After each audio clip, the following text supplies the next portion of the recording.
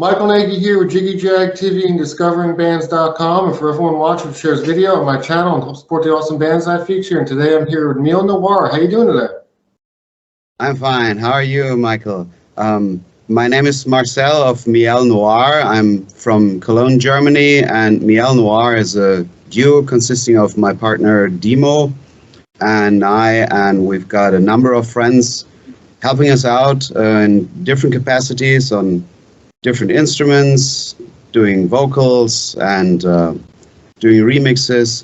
So it's basically one of those projects run by two multi-instrumentalists, producers, vocalists who wanted an additional project in addition to several other bands. One of those anything goes projects where you usually have one project for EBM, one for gothic rock, one for dark ambient or something, and we wanted to start something, whatever works, just put it on the same album, and we're trying to create an overall sound through different subgenres of the dark scene. It's got a little bit of everything. Awesome. How long have you been working on this project for? Dimo and I met playing as live guest musicians in the Austrian ritual folk act Aller Seelen, and we were thrown together as a percussionist in his case and bass player in my case, and we just got along splendidly and started collaborating first on his rather well-established dark metal, pagan metal and folk band Svarog, that's spelled S-V-A-R-R-O-G-H. And then we also started a dark ambient project called Fahl, F-A-H-L, that was released on, we did this, we did a German-Bulgarian project on an Israeli label dealing with Hindu Indian myths, and mastered by a Swiss producer, so we were a bit all over the place. And Miel Noir first started in 2007, and it was originally just a one-off thing, but then we were invited with the two bands we were working with, both Aller Seelen and Svarog, to play in Spain. When we played at the Madrid Le Blanc Festival, there was a cancellation on short notice, and this open slot just looked inviting, interesting to Dimo, and he called me and asked, can you help me put on a live show for Miel Noir for this weird side project? And I said, yes, okay, I'm going to pack additional equipment. And we did that. And when we exited the stage, after playing as the opening act for the third day of the festival, when we were the headliner the night prior, we said, we're doing this as a full-time band, because the reactions from the crowd were phenomenal. It was great. We had so much fun. And then the whole thing got in motion after this live performance. And when we did this for the first couple of years, we both played together live with Aller Seelen. So there was this opportunity to be our own opening act when traveling to different European countries. So we could get more perks, like single rooms in hotels. If we don't have, we could basically make a special offer for the organizers. We only need 3 people, but we can play as 2 bands with totally different sounds. And so we ended up playing in Croatia, in the Netherlands, in Denmark, never in Germany thus far. My partner is Bulgarian, but he grew up in Bavaria in Germany and lives here. And the first proper full-length album as a band was released in 2010. And since then, we've been doing this thing where Miel Noir is a core duo but most of the songs have interesting guest musicians, friends from all over on it, because both of us have been collaborating a lot with different people. I mean, this is the part where we start the name dropping. The biggest thing in the dark music scene that's on our albums would be electronic music icon Tommy Stumpf, because he's not just my friend, but I also produced his last album, or EP rather. And Tommy Stumpf has thus far only provided his, not just vocals, but he plays guitar, his services as a guest musician to just one act, and this is Miel Noir. And we're continuing that collaboration. There are a couple of new songs in the works already, and he's recorded a number of guitar tracks. And we've been working with such people as the band formerly known as Dance or Die, who are now active under Darkness on Demand, because the rights to the old name are partially owned by the former producer, so they had to change it. And we've been doing remixes back and forth, other collaboration work. Falgalas of Dance or Die has been doing the remastering and mastering for Miel Noir material. We've been working with the former guitar player of Alien Sex Fiend, and the people from we've got, like, from different parts of the dark scene, we've got people working different jobs. So there's a reason why the mastermind of the Spanish, I would say, martial neoclassic outfit Der Blaue Reiter plays the piano on a Miel Noir track. That's because I used to play live drums for his performances. So it's all back and forth. All the people working on Miel Noir albums, either Dimo or myself, have been doing live or studio work with them. So we're usually the people, when you see background musicians for other people at festivals, oh, that guy, I've seen that guy with different bands, with different people, either as a bass player, as a percussionist, as a background vocalist, here and there. We're both usually, oh, that guy. And those two people got together and we're doing our own thing, and have all the people who are not just our friends, but our collaboration partners from all over working with us. There's a new album which we just finished. The mastering is done. It's a collaboration album, all acoustic dark folk, together with the US, I would say, godfathers of US dark folk, Changes, who are a bit our seniors, but they're great friends of ours.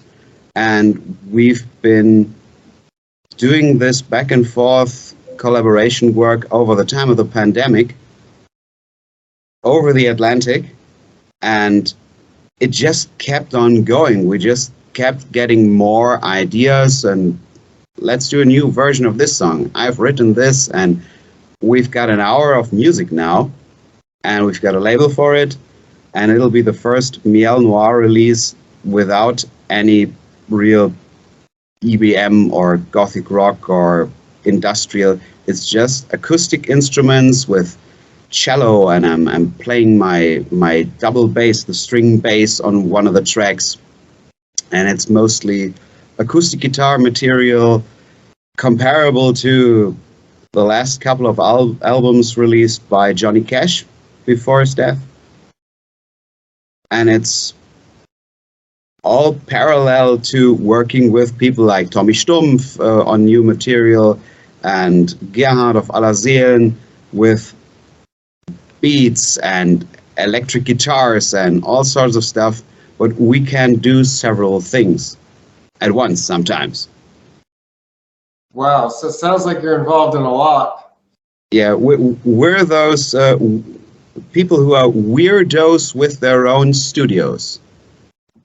One of the last things I've done guest vocals for the Marshall industrial band RDT, which just came about through contacts through Facebook. So you just get, if you get your own studio and you get invited to join something, you can just go into your basement and just set something up and then, oh yeah, I'll join, whatever. If I like the stuff, I'll join. And now tell everyone what else you're involved in, because I know you DJ and you do Black Angel Gathering. Yeah, Black Angel Gathering used to be a monthly club event here in Cologne, Germany. And that was originally inspired, the name was originally inspired by the Death in June track Little Black Angel. So that was dark folk and industrial, medieval music and dark ambient. And some time ago, I got this offer to do a radio show on the digital station Ghostwave Radio. And I had never done radio like that. But I already had the name and the logo and everything, so I just took Black Angel Gathering and started my own radio show. And I started with that idea that there are many radio shows and everybody plays the latest hits. What can I do differently, and what would I have wanted when I first got introduced to that kind of music? And the thing that I partly got through friends, and what I would have wanted in a radio show was background information and an overview of the scene for either newbies or people who just want to hear where the whole thing came from. So the concept behind Black Angel Gathering was I'm trying to find the best and most representative material from the last, say, 4 decades, from mostly the electronic stuff, but all the dark music styles that would have been played in the clubs that I would attend, and then give some background information, find overlooked gems and interesting versions, give people a special featured artist segment for each show where you get a 3-track overview of some artist's musical career. So it's 1 hour per week, and it's not in direct competition with any of the other shows. So I've got a lot from the feedback. I know I've got a lot of fellow DJ listeners who usually react with, "Oh yeah, I had totally forgotten about that." And I like that. I like that. It's not the same as DJing for a live club event, but I already have the studio, I have the equipment, I have the music collection. So it's just one more addition to the life of a producer, musician. I don't have anything against that term jack of all trades. Or a friend of mine, it works in English too, he called me a musical Swiss Army knife. So you can give most devices or instruments to that guy and he'll make it work. So I've done weird stuff for live performances with instruments that I do not usually play. But if it's something experimental and I have some time to prepare, I can usually make it work somehow. Well, I really like that about Black Angel Gathering, is you get to find different bands, more obscure music, new stuff. It's like you said, it's different. I'm trying, and thus far I've succeeded in not repeating the same acts. It's either it should be something representative of the sound, the biggest hit maybe, the biggest club hit, or something that made it onto the radio. But also there are interesting projects, like side projects or predecessors, that people who are fans of some artists sometimes just don't know about. And there are people who release like limited edition interesting stuff that then slips everyone's mind. So I've made it my mission to dig up interesting stuff. Yeah, that's totally awesome. Now, if people want to find you online on social media, how do they do that? So you can find Miel Noir on all platforms, and there is one different entity using that name, and there's a small French, I think, rap or hip hop label using the name Miel Noir, but they have like 100 followers or something. That big thing under the name Miel Noir on all platforms, that's us. And if you want to check out Black Angel Gathering, the best way is to go to Mixcloud, mixcloud.com, and then it's DJ_Marcel_P. The material is uploaded by the digital station Ghostwave Radio, but there are more than this. I don't know how many shows Ghostwave Radio has these days, but I have set up this DJ Marcel P account on Mixcloud, and I've forwarded those Ghostwave Radio uploads chronologically, and there's nothing else but my show on that account. And then on Facebook can find you and all over. On Facebook, we've got our YouTube channel Miel Noir. We recently got that little note symbol to make it a verified artist account. This is the YouTube equivalent to the check mark on Twitter. We don't have a verified Twitter yet, but now we've got a Miel Noir verified artist account on YouTube. And we've got a couple of not just like song uploads and lyric videos, but also real video clips. We've done that recently. We've gotten into the pandemic, made some stuff work with regards to collaborations through the internet. When everybody was at home, the people who had their own studios started collaborating even more intensely than before. So that's something that worked out for us. Yeah, I noticed that the pandemic really changed the whole shape of the scene. Like you said, collaborations, new music, artists just couldn't do anything but make music, so it changed a lot. And we've been getting feedback and contacts from, I feel I have to shout out some people. We've got friends in South America. We've never met them in person, but they've done entire music videos for us. It's a director and his model wife doing an entire video clip for us with a story, with everything. So if you go to the Miel Noir channel on YouTube, you can see like real video clips, and we couldn't pay those people. They're just friends and fans, and they're all great. And it happened both organically, but also surprisingly. I didn't anticipate anything like this. It was all, okay, we're doing this together, but we weren't looking for people to just approach us for not just collaborations, but those video clips. Those are gifts.